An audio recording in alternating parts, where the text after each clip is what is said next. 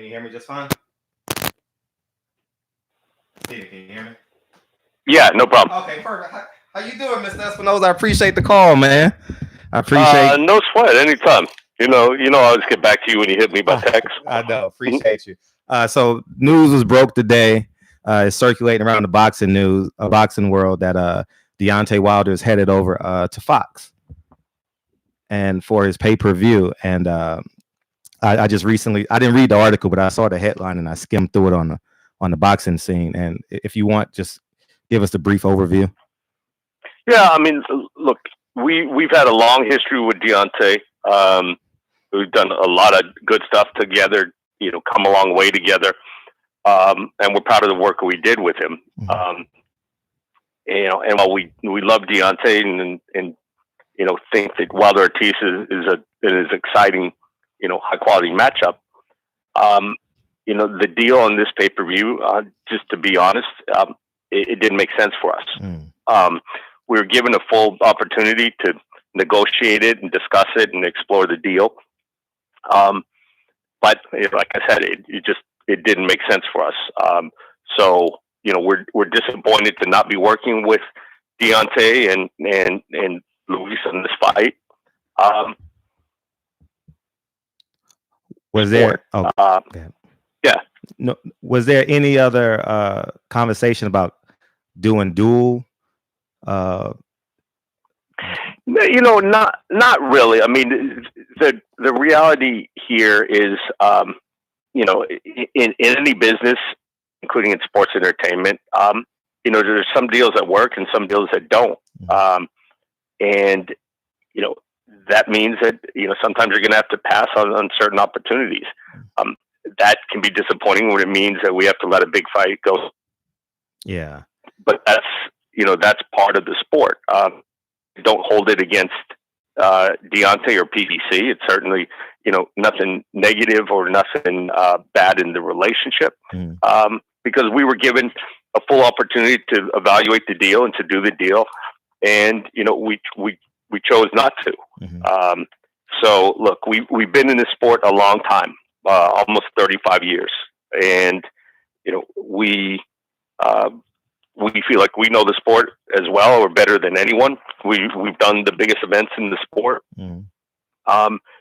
The biggest, the two biggest, not some of the biggest, the two biggest pay-per-views. The biggest, yeah. And, the way we become the industry leader is really to make smart boxing decisions and smart strategic business decisions. And, sometimes, you pass on a short-term opportunity in favor of the long-term one. From a competitive standpoint, do you have any aspirations of using CBS to compete in terms of bigger? Yeah, I mean, to tell you the truth, CBS stepped up in a big way. Oh, wow.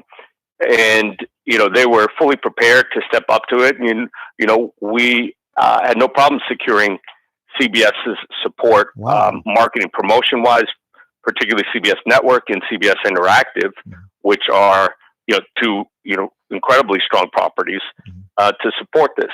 So it really wasn't about the marketing assets. CBS Primetime is the most watched network in America. The CBS Sports platform, has the strongest collection of rights of any, television network. So there are plenty of assets, and CBS was more than willing to support. So it really wasn't an issue of not being able to deliver the kind of marketing. Moving forward, is that the continued progress to eventually get other big fights and do like you did with Danny Garcia on CBS? Yeah. I mean, look, this year, I'll be completely candid with you in the way, I always try to be. This year is a year of transition. And, there have been big changes in the industry. The boxing market has been undergoing big changes. And, that's not new. So, I think everyone's had to adjust. And, I can poke holes in everybody's schedule and everybody's strategy in this time of transition. So I think, we saw this back in 2014 when PBC, launched with their strategy, and everyone said it's the end of Showtime boxing. And we said, be patient. there's a long-term vision here, and ultimately, although 2014 was a year of transition, we started to pay it off in 17 and 18, and that's what we say here is, 2018 is a year of transition. There's been big changes in the market. How close were y'all? Was it like it just couldn't be done, or was it like, because I feel like Deontay Wilder, I like, the reason why I like Showtime for a heavyweight fight is because of Deontay Wilder. And Deontay Wilder is, know how he speaks, you know what he stands for. And I think Showtime, people just think, oh, he gets more viewership. But the real Deontay Wilder is going to be edited slightly on Showtime. I mean, on Fox pay-per-view, Well, from a fan standpoint. Mm-hmm. Well, it's one thing that it's one thing that I think boxing has the advantage of, and it's something that we are always, very aware of, and we want to emphasize. One of the strengths boxing has over MMA and any other combat sport is each event feels different. Each event reflects personality of fighters on the card, and that's a big difference from UFC events, which are intended to feel very similar to each other. Boxing, you go to one event and it feels completely different. So each fight has a personality. When it's a Wilder event, that and make it his personality, and use his voice and embrace everything that comes along. If it's a Broner event, it feels very different. If it's a Mikey Garcia event, it feels very different. And that's one of the strengths, is we like to believe that we let, each fighter do, what they do, be who they are. And look, I'd be lying if I said I wasn't disappointed. And if we, as a whole, aren't disappointed to be doing that fight with Deontay and Luis, we would have loved to have it.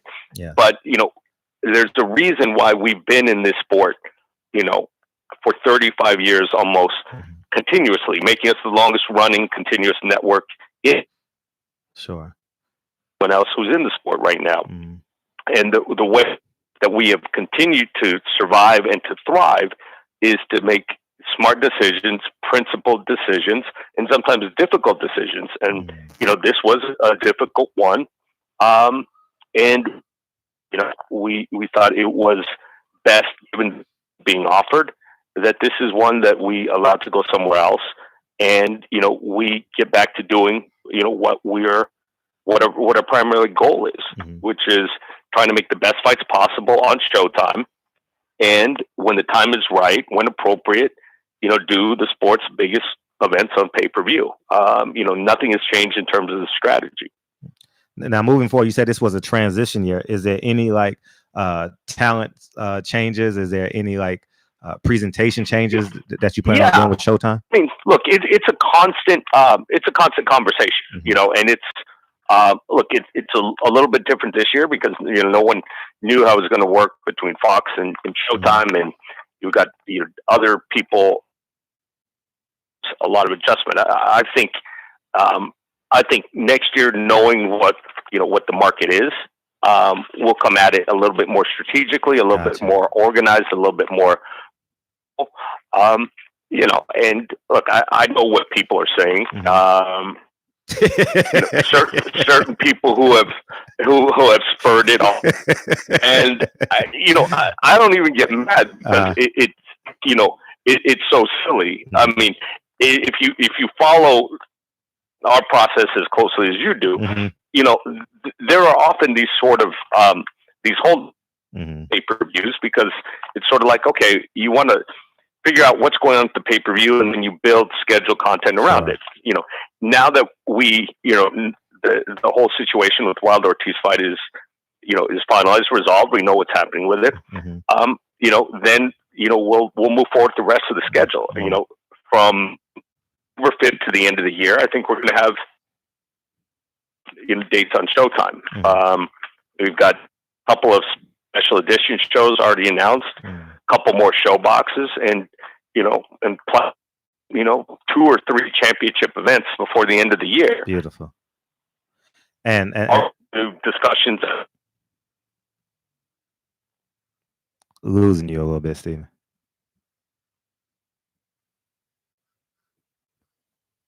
We on the phone with Stephen Espinoza, president. Besides, I think the clock's already ticking. If I remember correctly, we were supposed to go out of business last August. I think people have. I think the clock is now December 31. If you believe certain promoters out there, and all I can say is, we'll see. Now, I'm always complimentary of you as it relates to. Oh, you don't have to be. No. I know, no. But I'm gonna tell you because it's very. The boxing world knows what I believe as a man, and the last 5 or 6 contests or boxing matches you've had has been in minority markets, and I think you deserve a lot of credit for that. You got Carissa Shields coming up. You're going to be in Reading, PA. You understand, which is a hard-working blue-collar town. Last in June, you had the Charlos, and it goes on and on. And I think people don't understand how important it is for fighters, one, to come home, and one, to reach out to new market bases. You know what I mean? And that you deserve credit. And how do you? Well, look, I appreciate that, and I think there's 2 elements to it. One is coming home at the right time. Sure. There are certain guys, and there are 2 different strategies. There's a guy like Jose Ramirez, who's been fighting there since very early in his career, and his fan base has grown with him. Yes. And there's another strategy like Errol Spence, who made himself a star and became a world champion, and returned home at the top of his game to do big events. They're both successful events. They both have great fan bases at home. There are different ways to do it. Neither one is wrong. But I think it's not always as simple. Send the guy, back to his hometown. He's going to sell a bunch of tickets. No, it's not that simple. Definitely not that easy. Yeah. It's got to be done at the right time in the right way. And, Clarissa feels really strongly about Flint. She wears that as a badge of honor. The same thing with Tank in Baltimore. He that's his badge of honor. The same with the Charlos in Houston. And I think there's some markets. I mean, there are 2 markets that I really wanted to become more active in that we haven't. I'm glad we got to Baltimore. I'm glad we had the success there. One is, I'd say number 1 is Atlanta. Which you and I talked about before, and the other is Chicago. Juneteenth in Chicago, man, that would be amazing. You know what I mean? So, I mean, and look, hopefully we're talking in a year, and we've knocked off both of those off our list. But they're great markets, they're great fan bases, they're great sports towns, and now we need to turn them into great boxing towns again. Any news on Tank Davis coming back soon, or does it look like next year? year? I mean, look, we've got it's not that hard to predict. So we had Jamal Charlo he fought in June. He's up again. He's going to be coming back to Showtime in December. And then our July fight was Tank, so he's kind of up next in the rotation. So I'm not sure if it's going to be late this year, early next year. I know Tank's been active at social media in terms of looking to fight this year, but he's a guy who wants to stay busy, and we want to keep the momentum going. So whether it's late December, early January, we're going to get him back very soon. And any word on Adrian Broner, Ivan Redcash? Is that because obviously Adrian Broner will probably it'll be tough to put him on Fox. Funny, you know what I mean? It's funny, it's funny because that event, that fight has like gone the full spectrum. It started out as some people were sort of lukewarm on it, and then people warmed up to it, and then it got pushed back, and now people are like, hey, when are we going to actually do it? They're looking forward to it, and I think there's some intrigue in it. I think we will get back to it pretty quickly. Again, we're the only bad thing about spending so much time working on the pay-per-view and holding up the schedule is we have you look at November and December, and particularly December, it's packed.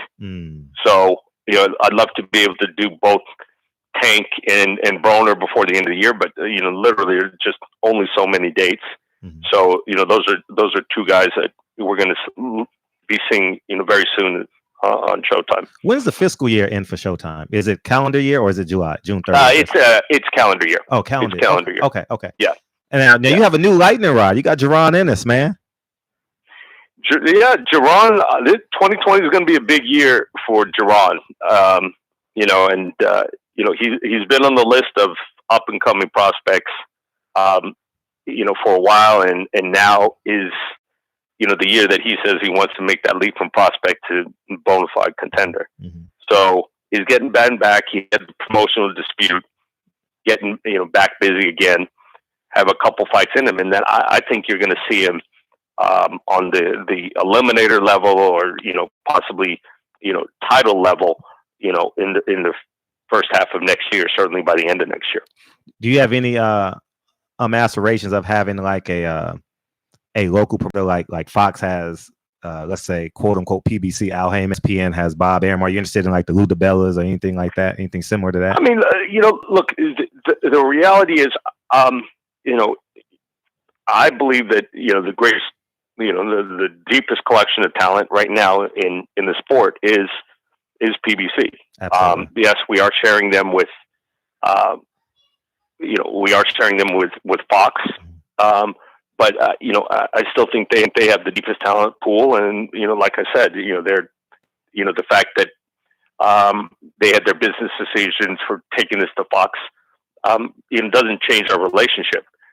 Having said that, we've never been in exclusive place, and whether it was Anthony Joshua or going back even further, when we were with Provodnikov and tried to do some Demetrius Andrade fights.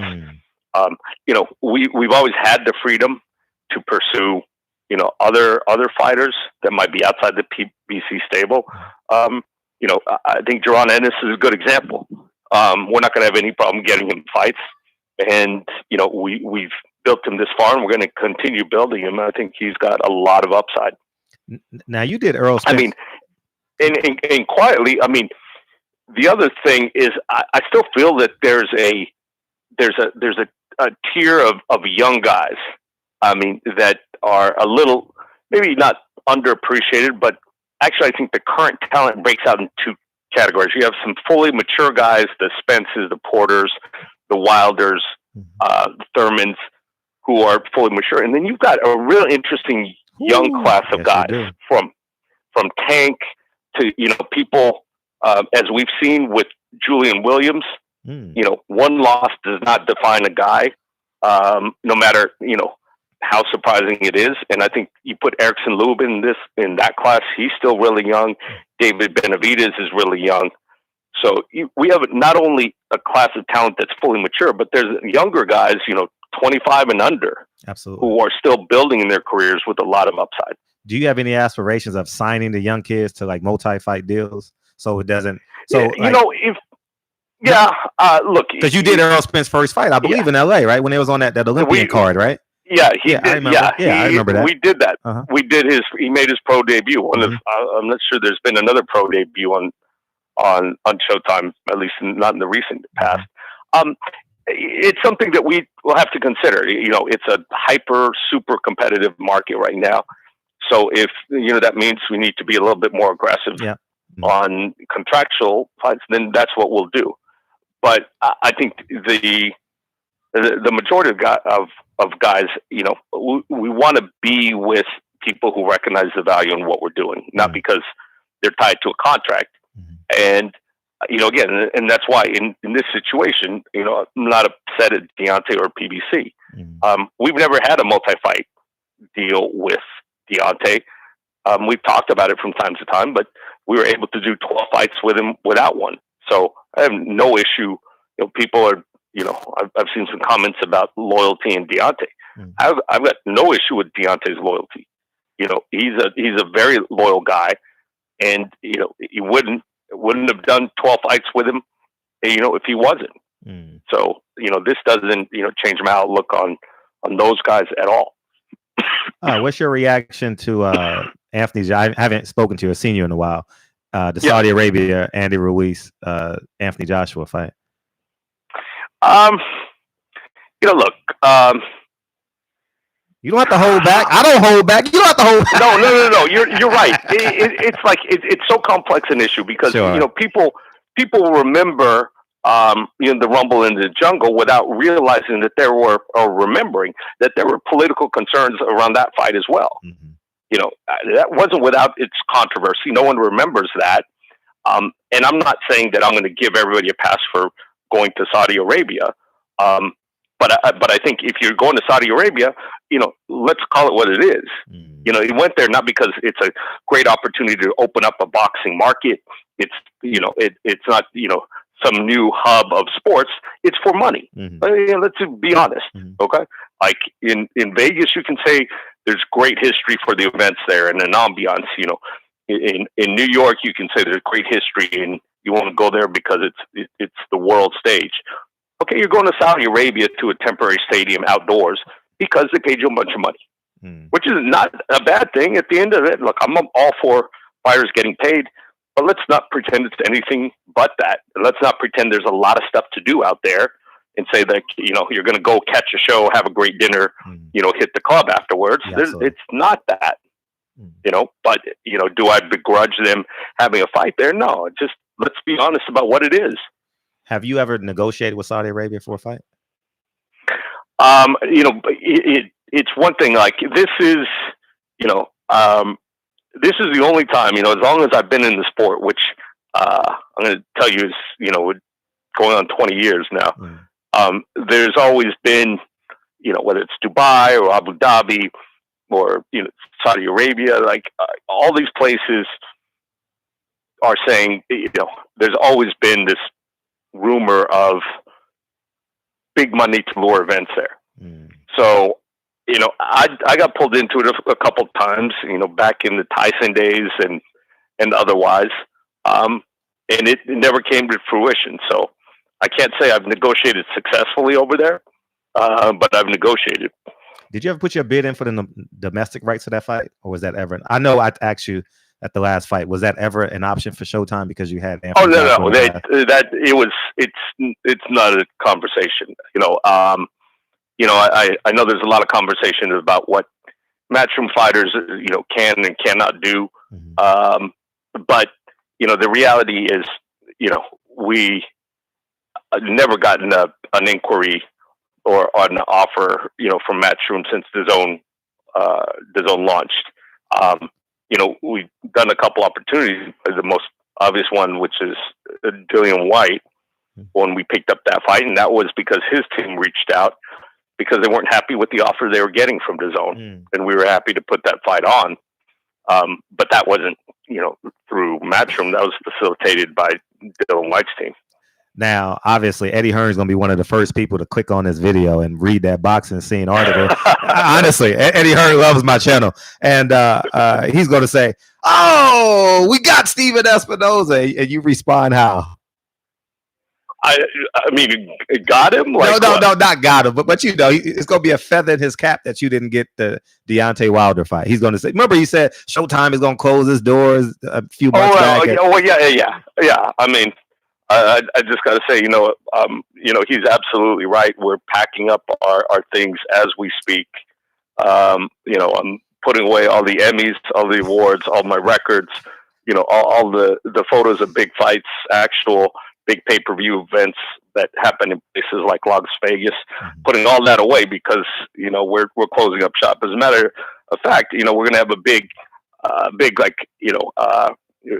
garage sale. We're going to put everything out, all the awards, all the history of the sport, all the 35 years that we put into it since we're going out of business. It's amazing how well these guys from outside our business understand, how the Showtime business works. So you got promoters out there who, haven't interacted with Showtime in years, yet they understand our business to accurately predict exactly when we're going to go out of business. I mean, it's ridiculous. So, I mean, it sort of becomes a Trump thing, or maybe more importantly, a Boris Johnson thing. I think the theory is if you say enough ridiculous, dumb shit, that people will forget most of the ridiculous, dumb shit that you said in the past because you're still saying ridiculous, dumb shit today. So the fact that we were supposed to go out of business in August of this year, then that was a guarantee. That didn't happen. Now we're going out of business at the end of this year. Trust me, I'm still showing up to work on January 2nd, and there'll be plenty to do. How do you respond to Bob Arum and Eddie Hearn's relationship? Do you crack up at that, or do you look like it? Yeah. I mean, look, I'm into social media. I'm obviously on social media and all that, but I guess I don't get how much energy and attention guys pay to it, and the tit for tat day after day, worrying about who likes, whose comment and who favorites it and what that means. I've never had a grown man comment to me. Well, let's put it this way: I've only had one grown man make repeated comments about what tweets that I like or favorite. And it just strikes me strange that people have time and energy and interest in monitoring that. Now, can we briefly discuss the contractual conversations with Tevin Farmer and Tank Davis before he decided to move up? Absolutely. Oh, can you tell us, because you guys offered $2 million and I responded to it. In my humble opinion, I thought that was a fair offer, to start the negotiations. And how did that turn out? Well, I mean, here's the problem. It's sort of like, it's a law of unintended consequences, some level. There are certain things that the problem with running your mouth all the time and making offers, out there, once, Eddie Hearns, says, I'll pay, $5 million, $6 million, $7 million, $8 million to Tank Davis. What do you think his own fighter thinks? Yeah. Because his own fighter is under contract. You think his own fighter is saying, "Oh yeah, well Tank's worth 5, 6, 7, 8, and I'm worth 2." No, of course not. So if deal negotiations and discussions were kept behind closed doors the way they're supposed to, instead of being put on social media, for the purposes of ego, then maybe some of these fights could get done. But the fact is, when everyone's posturing, on this, then it's sort of silly. So look, $2 million, thought was a fair offer. Fair. Entitled to No, yeah. I yelled at him. I yelled at Tevin. I thought, man, from what he's come from. I mean, look, Tevin's got to, never, I can certainly have an opinion of it, but I can stay the business, man. Man, I don't want to. I want to tell another man what he's worth. Yes.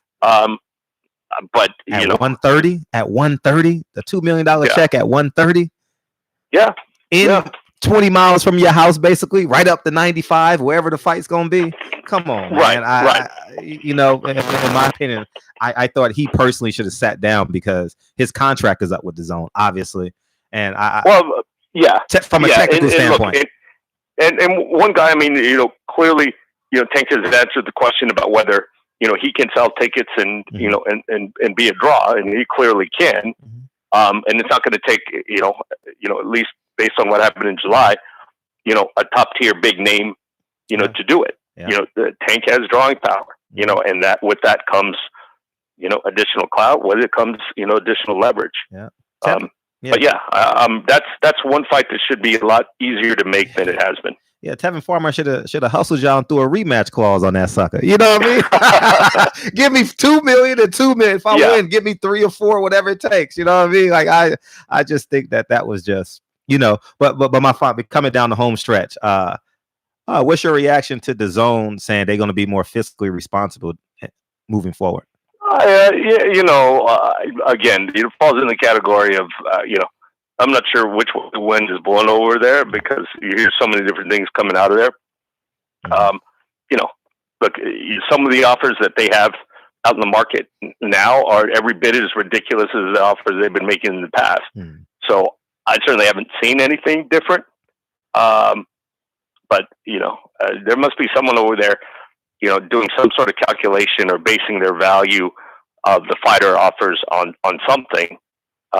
Because they certainly have a very different pay scale than everyone else in the market. Not that it's getting them, all that much success. Mm.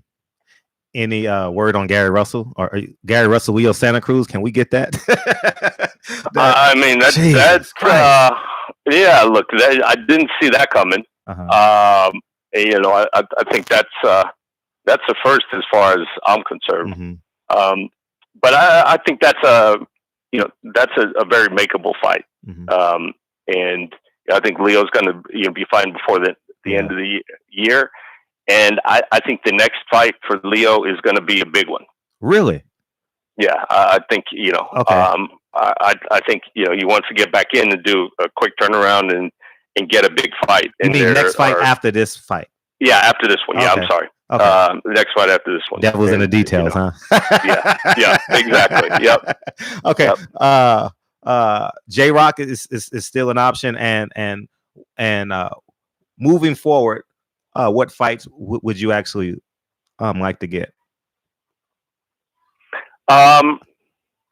Look, we want to be in the big fight business and the quality fight business. That's where we are. Look, we've got a lot of momentum moving with Tank. We want to keep that going.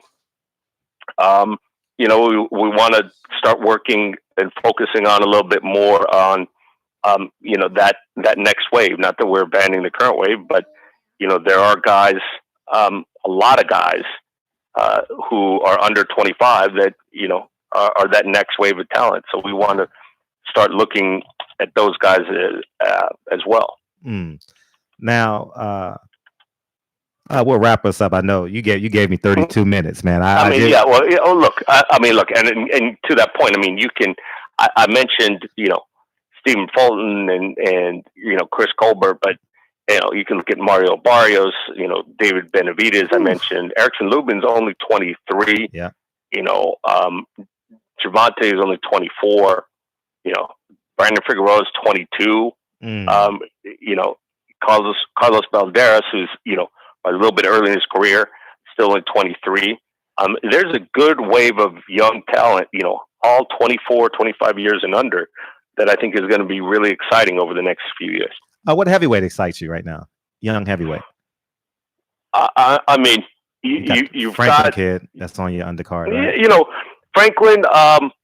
Franklin, the jury's still out. Mm-hmm. He's definitely got skills.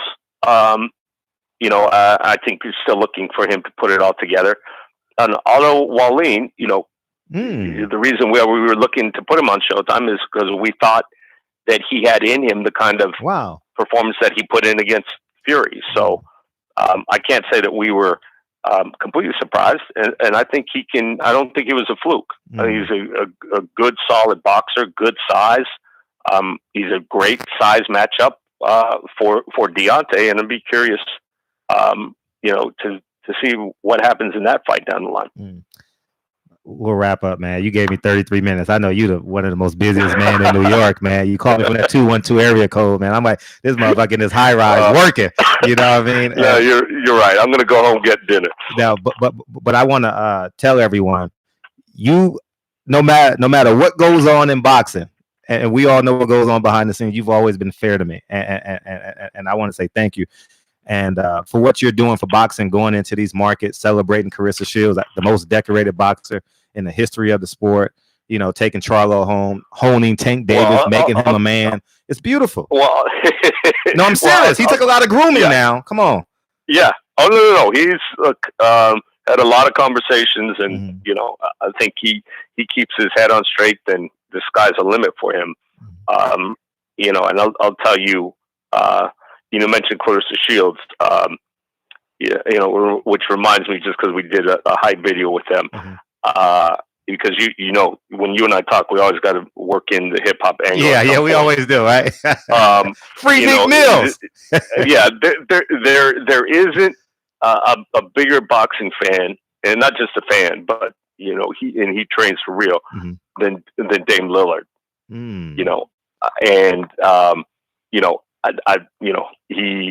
He's serious about training. He's serious about watching fights. I've sat at fights with him. And if you haven't heard him, I'd say in the recent batch of sort of athletes who who rap. I put him, pretty much. I can't think of of someone in the recent past. Okay. Who I think, a top tier athlete with like legit rap skills. He got bars. Yeah, and that's not a number on his back. That's a letter on his back for Oakland. You know what I mean? Yeah. He wears O for Oakland, not for the letter O, man. And if he keeps on making 40-foot jump shots to win playoff games and Steven Espinoza does his job in New York, we in a good space, man. Yeah, you're right. All right. Great to catch up with you, man. Thank you, brother. I appreciate you, Steven. All right, you got it. Appreciate you. Steven Espinoza, y'all, president of Showtime, man. He graced us with 36 minutes, man. And I just want to say thank you. I appreciate you, Steven. And I better see y'all faces. And I appreciate y'all. And so don't forget, September 28th, 10 to 2, man. Show up and show out and support Showtime. Support Carissa Shields, October 5th. And it's going to be a great day. And then October 26th, they have Erickson Lubin and Robert Easter in a doubleheader in PA. So barbershop conversations. Appreciate you, Stephen. And I should say Mr. Espinoza. Talk to you soon. Thank you.